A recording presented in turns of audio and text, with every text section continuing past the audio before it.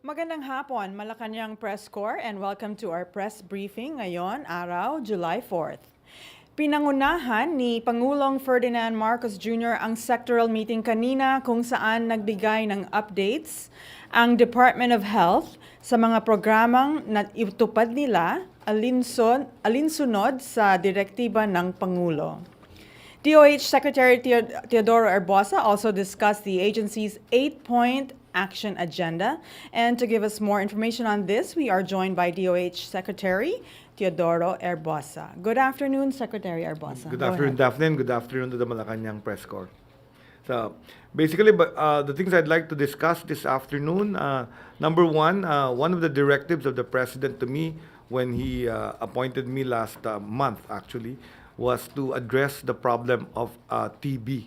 The Philippines continues to be one of the top countries with the high burden of tuberculosis, and we're like number 4 ranked in the world. We were already down to number 9, but we actually increased again. So I went around the Philippines looking at the TB dot centers during my trips. Every time I'd travel to a new destination, I'd visit the TB directly observed therapy centers and find out what's the problem or what is the situation. And they've all unanimously said that there had been increasing cases during the time of COVID. And I was surprised because I thought TB would decrease because we were all masked during COVID. But unfortunately, people removed their masks. They masked outside, but when they went home, they were all unmasked. So one case of TB would actually infect the other household members. So there were increasing cases. Plus also, we had the support from the Global Fund. You remember the gene experts, which were also used to actually detect COVID, was actually brought to the Philippines through the Global Fund grant and implemented by our partners, the Philippine PSBP, Philippine Social Business Progress. And they actually brought that to many centers, which detects multiple drug-resistant TB. So our case finding had increased, so that's normal. We will find new cases, but we also need to continue treatment for them. So the newest thing that we're actually going to implement for the next 3 months, for the next quarter, will be the shortening of the course for 2 to 4 months TB therapy with several drugs, which used to be 6 to 9 months. So it's shortened for the regular TB, and then 6 months for those that are multiple drug resistant. We've also started to implement other things like artificial intelligence diagnosis with radiology. So these are things that can pick up through the X-ray. The computer already diagnoses the presence or absence of TB. So we're improving our case detection, and we're also improving our delivery. We're also trying to implement a video-assisted directly observed therapy. Used to be that if you had TB, you'd have to go to the center every day for months, and then the health worker watches you take the anti-TB meds to complete the course. Right now, we're trying to implement video assisted, wherein it can be done through video. Then that removes the problem of falling out of the program. The other thing we've found out is that people fall out of this TB program because after they feel good, there are no more symptoms. They don't complete the course. So it's about literacy, health literacy, and the social stigma that you're going to the TB center. Then people feel may TB and pumupunta sa TB dots clinic yan. So these are the things we're trying to correct. Maybe we are able to correct this. We will really decrease and treat our TB cases in the Philippines. On the other hand, one of the things we discussed with the President this morning also is I announced to him that we will already be groundbreaking on the July 17, the Clark Multi-Specialty Center. This was the original one designated in Executive Order number 19 as the heart center that will be built in Clark. We have the land already from the CDC, from the Clark Development Corporation, and then we have the plans already, the design. It will be starting as a general hospital and then move up to a children's specialty and then a cardiac specialty, then the kidney specialty. So it will be just like what we have in the North Triangle of Quezon City, wherein you have all the different specialties, and it will be in that corridor in Clark. So that will cover for Central and Northern Luzon cases of heart, lung, kidney, and even cancer. So that's the big plan for that one, and we will be inaugurating that this July 17. I think I'll end there muna. Okay, Daphne? yeah, let's take questions from the media. Chona Youth Radio Inquirer. So sir, ilang Filipinos po ang may TB? Do you have a kahit ballpark figure? It's something like 1 million. 1 million Filipinos actually have currently positive TB cases. So I didn't bring my figures, but we have the statistics for that, and it's quite a large number for our population.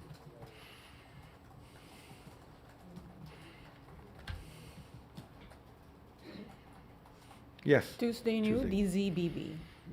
Hi, Secretary. From yung sinabi nyo, 6 months usually yung treatment and program, 6 to 9 months ang TB. Bakit 4 months na lang po? Ano yung mawawala doon sa program o sa treatment? The WHO has recommended a better regimen with all the different drugs that we combine. So we're following actually a WHO recommendation to shorten. When you shorten the therapy, the chances of fallout becomes less. Kasi because it's so long, yung 9 months, na umiinom sila ng gamot, they don't finish it. Once they don't feel anything, they're not coughing, they don't have fever, they don't go back to the center anymore to take. So, making the treatment shorter will increase compliance. Mas matatapos natin yung treatment, and then we can treat the next person faster. Okay. Eden Santos, Net 25. Doc, pagdating po sa gamutan, doon sa gamot po sa TV, is it accessible and mura po ba para naman yung mga kababayan natin na meron nito, talagang tuloy-tuloy yung pagpapagamot? Magandang tanong yan. Binibili ng government yung TB meds. It's part of our program. Tumutulong din ang Global Fund to supply the medicines. Unfortunately, ang isang defect ng program na nakita ko ay yung logistics and supply chain management. I visited certain centers na walang gamot. Naaabutan nung time ng shortage. So that means it's an issue of supply chain delivery. The medicines are being bought for the estimated number of TB, pero from the warehouse to the centers, parang nadidelay. So this is something I think I can fix. We will try to fix this. Again, the idea is computerizing logistics supply chain so that laging may days to last. We did this during COVID. In COVID, when I was in charge in the vaccine cluster, natuto kami nung sa fast food chain ang nagturo sa amin. They called it days to last. So, you go to any fast food chain, hindi ka maubusan ng chicken or hamburger or fries. Kasi may days to last sila. Ang ginamit namin nun sa vaccine, 7 days to last. So, each vaccine center had vaccines good for 7 days. So, ito yung parang wala pa dito sa TB program. Basta meron, dadalhin. Pag naubos na, kawawa yung pasyente na pumunta doon, naggumastos pa masahe, tapos, ay, ubos na meds namin balik ka na lang next week. You know, so nakaka-problem in therapy. So these are the things we need to fix. It's a coordination because the national government buys the medicines. The LGU is the one that implements it. Remember, the local government is the one that has the TB dots clinics, and the doctors and nurses are hired by the local government. So talagang requires some level of national and local coordination. Follow-up lang po, isa na lang. Ibig sabihin po ba yun to, nagkukulang tayo ng supply ng mga TB meds? Hindi siya nagkukulang na di-delay yung pag-deliver. I think sometimes they're just in the warehouse and it's not delivered to the clinic. So I think it can be solved simply with some logistics expert looking and making sure nandoon dumadating yung drugs. So yun isang reasons kaya meron tayong mga increasing cases. Hindi umaabot sa dulo. Alan Francisco, PTV4. Hi, Sec. Yes, hi. Yeah. Sec, as an health expert, can you please just give advice to our kababayans para maiwasan itong TB? I understand the government hindi po nagkulang sa pag-advise para maiwasan ito. Go ahead, sir. Sige, paliwanag ko how the approach is. Well, TB is a airborne infection, no? And technically, not everybody gets TB. The first step in prevention is really vaccination. Yung BCG, Bacille Camille Guerin vaccine, which is given to children, to neonates pag pinanganak. So very important yon para hindi magka-primary complex ang children. The second is good nutrition, no? The people that get TB are the people that are immunocompromised. So malnourished, stunted, our children in the poorer communities. The third is social environment. Yung I know in the informal settlers, you can have four families in one household in one shanty home, and that kind of environment is like a petri dish for people getting infected. So isang tao lang ma-infect doon or hindi na treat, it will spread through the household. So and then the treatment is easy. It's modern day. We have the drugs. We have the treatment to treat TB. It's not stigma disease anymore. We have the medicines. They are modern. Our problem is the social determinants that affect it. Wherein, yun nga, nagtatago sila. Takot sila na ma-identify sila na may TB sila. Kasi if you go to the TB dots, your kapitbahay knows, ay, may TB yan, pumupunta dun sa TB dots. Iiwasan na sila, ayun na silang kausapin.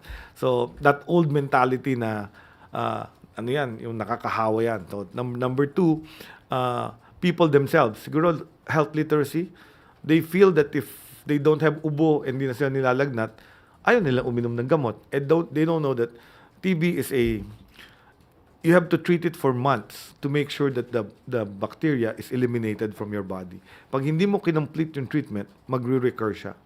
And then, so very important yun, na ma-protect natin yung, magkaroon tayo ng case finding. So the first step in TB is of course prevention. The second is active case finding. Yung active case finding, ito yung ginagawa namin ngayon. So we're trying to look at cases. So the ways to get active TB is if they have symptoms, matest sila kaagad through a sputum test or through an x-ray or through the gene expert. Kasi sometimes they're already being treated, pero bakit pabalik-balik yung ubo? So yung gene expert, yun yung nagdi-detect ng multiple drug resistant. So mataas yung burden natin ng multiple drug resistant. Different class of medicines ang ibibigay para ma-treat natin yun. And treatable pa rin. Then there's the XDR, the extremely drug resistant. Yun din yung mahirap kaya naka-flag ang country natin pag may immigrant or OFW, kung minsan may dalang x-ray yan to prove na hindi sila nagka-TB. I had a nephew who's going to Georgetown. Yun yung questions. Have you ever had TB? Did you had your immunization? Nakatag tayo as a country na producer tayo ng TB. So, very important yan for our OFWs and everything. If we eliminate TB, then we'll have freer mobility to the rest of the global countries. So screening is done through X-ray. Yeah. So yan, the screening is X-ray. So doctors, X-ray, and then the gene expert, the sputum. Now, yun yung sinasabi kong AI. Kasi now the X-ray, kung minsan babasahin pa ng radiologist yan. So the important thing now is we're using AI, artificial intelligence, that can look at an X-ray and already tell you possibly TB. So then you can do na the next step, confirmatory yung gene expert. Then start na natin siya ng therapy. And then the after active case finding, making sure that you have TB control of the people that are positive. Pag nandun sila at nagpapagamot sila at matapos nila yung course, then that's actually a good thing for us. So that's -1 person with TB. Okay. Nestor Corrales, Philippine Daily Inquirer. Good morning, Secretary. Good morning. Secretary, have you discussed with the President your earlier proposal for him to lift the public health emergency due to COVID? And can you just clarify this one? Because there were previous pronouncement by the President saying na parang na-lift na rin naman niya ito. Yeah, actually, during the time of they already recommended, the IATF already recommended the lifting. But I think the Office of the President had to study some other things that were the consequences of the lifting officially. One was the vaccine issue because mawawala yung EUA, Emergency Use Authorization, to get the bivalents. But recently, as you heard, Pfizer was given a CPR by our Philippine Food and Drug Administration. So the bivalent is now going to be commercially available. Ang delay lang is that Pfizer is looking for the retailers that have the -70 freezers. Kasi nga, it requires storage that has cold chain. I think what will happen is it will probably go to the hospital pharmacies. Kasi yun yung bumili ng mga -70 freezers. And some local chief executives also told me, bumili rin kami niyan during COVID. So we actually can store that. So I don't know how Pfizer will do this, but eventually it will require a physician's prescription, and then you can purchase it from retail, and you can also get access to bivalent vaccines. But for the poor, we're still negotiating with COVAX for 2 million doses so that we can still be able to give to those who cannot afford to buy the bivalent. Okay. So, sir, the president is okay for the lifting of the public health emergency? Yeah, I think he's really instruction to me is really to recover from COVID and be able to get back the economy kasi we've lost a lot in the economy from the restrictions. So as you know, basically, reiterate ko to kanina during our sectoral meeting that we now consider COVID among healthcare workers as similar to other illnesses like cough, colds, influenza. Okay. But you still have to protect yourself. I think the public health warning is you still have to protect yourself if you are vulnerable, and you still need to get the vaccine if you want to be especially protected. Sir, if the public health emergency is lifted, ano na pong mangyayari sa monovalent vaccines natin previously given EUA? Madidistribute pa rin ba ito sa public for free o kailangan nilang makakuha ng CPR ng manufacturers para mabenta sa market? Yeah, because we can still distribute them. I think they're still valid as booster doses, but most of the demand now is really the bivalent vaccine. Because that's the better version. It has all the Omicron variants also. Okay. Alexis Romero, Philippine Star. Secretary, you mentioned the Philippines being the fourth around the world in terms of TB cases. Ano na ba yung goals na naset ng DOH to address TB? Meron ba tayong timeline? Halimbawa, by this time, dapat ganito na lang yung cases. Meron ba tayong mga ganong targets? Yes, the first thing I did was to appoint an action officer. Kasi madaming efforts yan. That's the effort of the local government. That's the effort of hospitals. That's the effort of national government to buy the machine. So, nire-review namin yung current program. Ako, ang personal target ko, if you ask me, is to get us out of the top 10 by the end of my term. If I'm able to go down to 11, I'll be happy. But usually, the idea is to find all TB cases. So, meron kaming rate, yung TB case finding rate, which we will see that hopefully it will decline, and what we call the cure rate of the TB you find, how many are you able to complete the 4 months course of TB drugs. So yun yung considered cured. No? So yun ang percentages na babantayan namin, the cure rate and the active case finding rate. So by the end of the term, out of top 10, but yung immediate goal, Secretary, ano yung ating immediate target for this particular health issue? Well, in terms of numbers, I cannot tell you, but I will tell you that I'd like to find all TB cases, so active case finding, and treatment to cure for all of this kasi it's curable. So dapat walang mag-fall out. So some TB programs, nakikita mo yung fall out ilang percent. So yun, maging zero yung fall out. Ma-complete nila yung whole TB drug program. Okay. Heidi Sampang.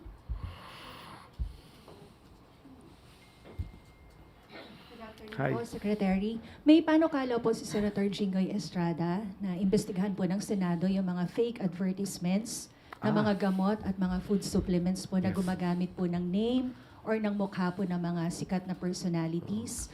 Sa part po ng DOH, ano po kaya yung mga action plans po na pwede ninyong gawin para mapigilan po yung paglipa na po nito sa social media na nakakabiktima po ng marami po nating kababayan? Yeah, thank you very much. I've seen this in social media. Many of my friends, doctor friends, who are popular and specialists have been victimized for a drug that they did not endorse using their photos taken out of social media. And these are really the scammers. So this is under the realm in DOH, this is under the realm of the FDA, Food and Drug Administration. They're a regulatory agency with police powers. So I think I will instruct the head of FDA, Sam Sakate, to actually coordinate with the NBI to really get to the bottom of this. Some of the personalities, Dr. Willie Ong, Dr. Liachon, have actually filed cases with the Cybercrime Division of the NBI.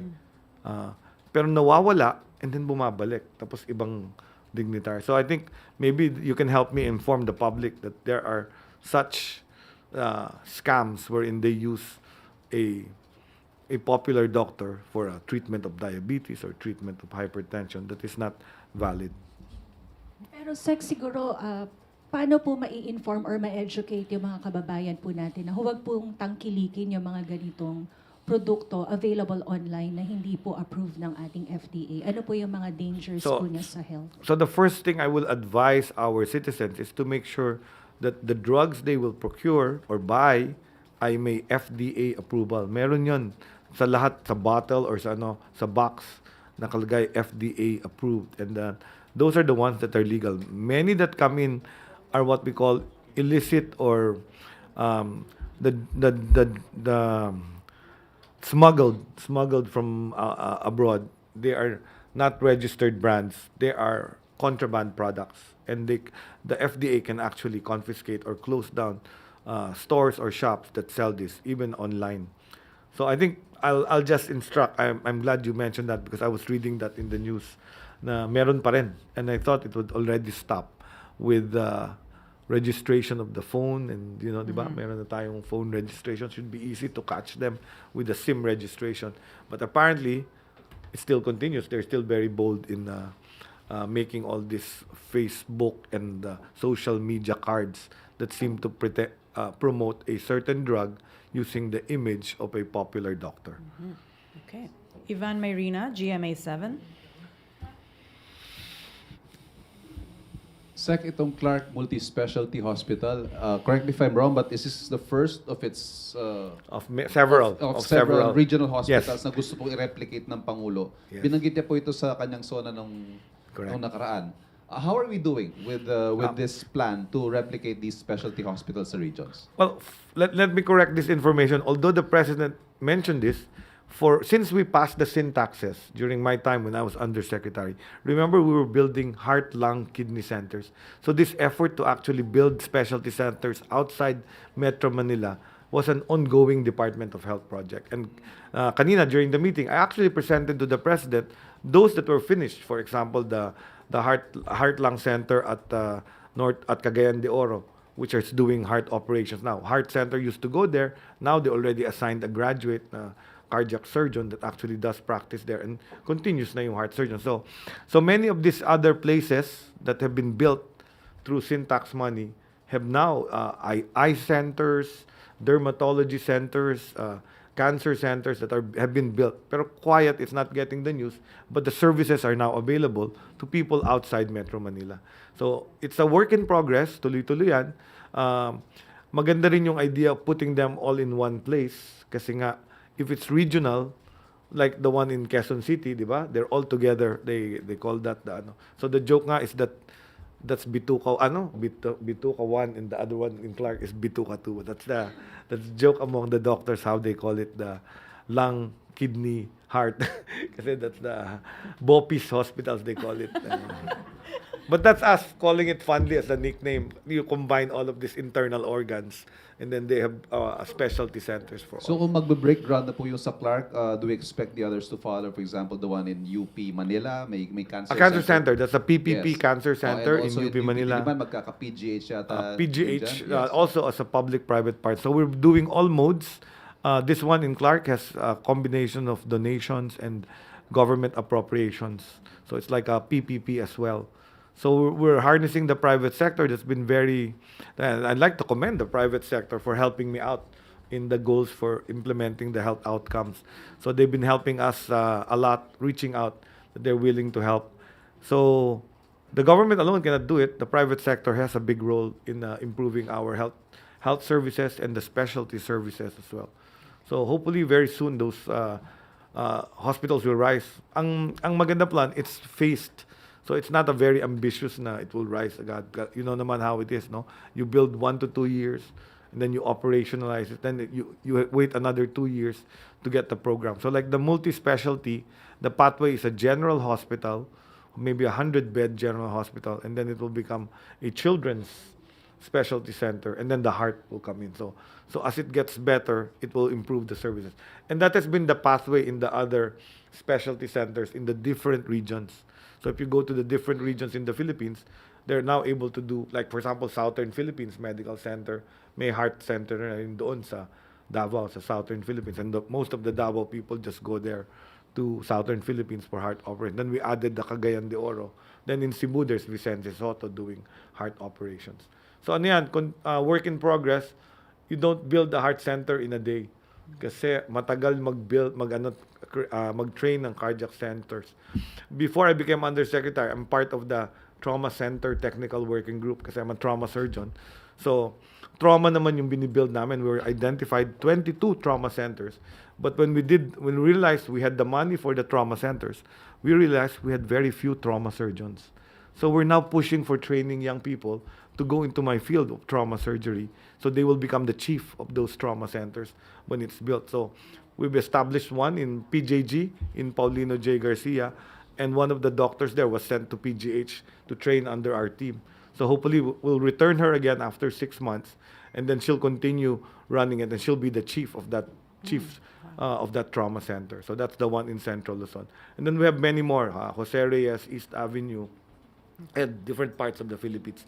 But the funding is like 4 or 5 per year, and then next year another 4 or 5. So I'm in that technical working group for trauma. There's a technical working group for cancer. There's a technical working group for burns. So there's a lot of money that's going to be put in nationwide development of different trauma centers. Okay. So we have Kathy Valiente and Harley Valbuena. Alvin, kabila. Yes, sir. Good afternoon po. Sir, Good tanong lang afternoon. namin kung ano-ano po yung mga health-related bills na ipupush po natin ng DOH sa LEDA. Okay. Kasama po ba dito yung proposed bill po creating the Philippine Center for Disease Prevention and Control? Yes, actually, those are several bills that I presented to the President as ways forward. The bill for Centers for Disease Control is now with the Senate. The House bill has passed. So the Senate is now redoing a version, and there are some questions to it which I was asked to answer as well. So they discussed din namin yan. There are certain provisions that they want to put in. The other one is the Virology Institute of the Philippines, pero that's under the Department of Science and Technology. So may loop. Nasa Senate na rin yata yan for final details na lang. Hopefully mapasa na rin yan with the prioritization of the President. The third is dati it was called the Medical Reserve Corps, but this bill will now be called Health Emergency Auxiliary Response Teams. So this is like pulling all our doctors so that we can call them when we have a pandemic like COVID-19. So it's basically a pool, or they didn't want the name in the Senate, yung Medical Reserve Corps, because sounds so military. So they changed the name to HEART. So it's going to be the HEART Act. It's going to be a HEART Act. So it's basically asking private doctors to actually join the government when there is a crisis and doctors are needed. Ano pa ba yung bills na we want to also help the barangay health workers, so we're trying to look for find a bill to pass the Magna Carta for barangay health workers. So marami pa, virology, medical. I think those are the priority. Those are the bills, and they're very near completion because they're already in the Senate. Okay, Harley Valbuena and then Alvin Baltasar. Hello, good afternoon po, Ms. Daphne, Secretary. Sir, the DOSC Pagasa today just announced the start of El Nino phenomenon in the country. What are the health hazards of this, and what measures will the DOH do to keep the public safe from El Nino-related diseases? Thank you, no? Very important ang climate and diseases that go with it. When you have an El Nino year, that means that's more rain. When you have more rain, we start to have the vector-borne diseases. We start with dengue, because if you have more rain, drought. If there's less rain, then the problem is less production. It's food. But we can also have longer rain, as the DOST said. No, because of ang El Nino Habagat. has both. Yeah, If they it's call both. it El Nino, it's both. Yes, There's because longer dry and there's heavy rains. That's diba? right. Yeah. So yung waterborne illnesses like dengue, you have mosquitoes that will thrive because there will be, if there's rain, there's pooling of water where the mosquitoes will thrive. Then you have leptospirosis also, and then basta all of them are mostly vector-borne diseases, gastrointestinal illness. When there is the longer dry season is really more for our food, in terms of shortage of food production, and that will, in some areas, may cause hunger and increase malnutrition. So we're monitoring this. Aside from that, heat-related illnesses will probably be a factor, because when it's El Nino, it's both very hot and very wet, diba? So very hot can actually affect a lot of people in terms of heat-related illnesses from heat exhaustion to heat stroke. So we need to remind the public about all these diseases. That will be the role of the DOH to actually keep this information going out and telling the public what to do and what not to do. Sir, mas mataas po ba yung risk ng pagkakaroon ng TB kapag po mainit nga dahil po sa El Nino? Or hindi naman? That's a good question. but basically, what happens pag rainy season, when you have a respiratory illness, the chances of getting it is higher. So influenza season actually happens during our rainy season. Why? Because people stay in enclosed spaces, and if you just have one person coughing, that the rest of the people in the room get infected when they get out. So if you ask the TB, that's the correlate for TB. It's airborne. So if one person has TB and you're all inside a cramped space because it's raining outside and all the windows are closed, the chances to infect others is higher. So yun yung philosophy doon. Hindi yung dahil nabasa yung likod mo tapos tinangkaso ka. It's really a respiratory illness in enclosed spaces. Enclosed sa bus, enclosed sa taxi, then you have other public people there. So yun yung main cause of that. Okay, now we have Alvin Baltasar, PBS. Secretary, magandang hapon po. Magandang hapon. Ms. Daphne, magandang hapon po. Secretary, follow up ko lang yung question kanina ni Nestor. Tungkol doon sa public health emergency, doon sa lifting. For the record po, ano po ang pasa dito ni Pangulong Marcos? Inclined po ba siya na ma-lift? Yes. Actually, this was one of his first instructions to me to really get out of the COVID pandemic. I think what happens now is that the risk is passed on to individuals. No, so there's still so for your information, the WHO already removed COVID-19 from the list of public health emergency of international concern. So it's considered by WHO as just one of the diseases, and even for us doctors, we now also consider it as just one of the respiratory illnesses. There's still risk of death for vulnerable people, which is the elderly and those with the medical conditions or immunocompromised. But the number of deaths have really declined. So there are two things that cause that. Either everyone's already vaccinated, or number two, the Omicron subvariant is really milder compared to the original Delta or Alpha that killed so many Filipinos. So, follow-up lang po. Do we expect the President na mag-issue ng EOR or memo regarding this in the next coming days? Yeah, I'm just waiting for that IATF resolution. So the IATF resolution for this was issued by my predecessor, si OIC Berhere. So if that's not yet signed, I'll follow it up with the reiteration. Because I think at that time, they were still hesitant because there was still the problem of how do we get the bivalent, it will lift it. But now I think that obstacle is gone kasi may CPR na tayo and everything. So we are headed there. We are headed there. We are on the path. As I said, I told the President, thank you for bringing us out of the pandemic. Right. Okay. I think that ends our press conference with Sec Herbosa. Thank you very much. Thank you, Malacañang Press Corps. Have a good afternoon. Thank you very much. Magandang hapon po. Sorry, Actually, Ida. de facto, we're out of it. Yeah. The ambassador, and then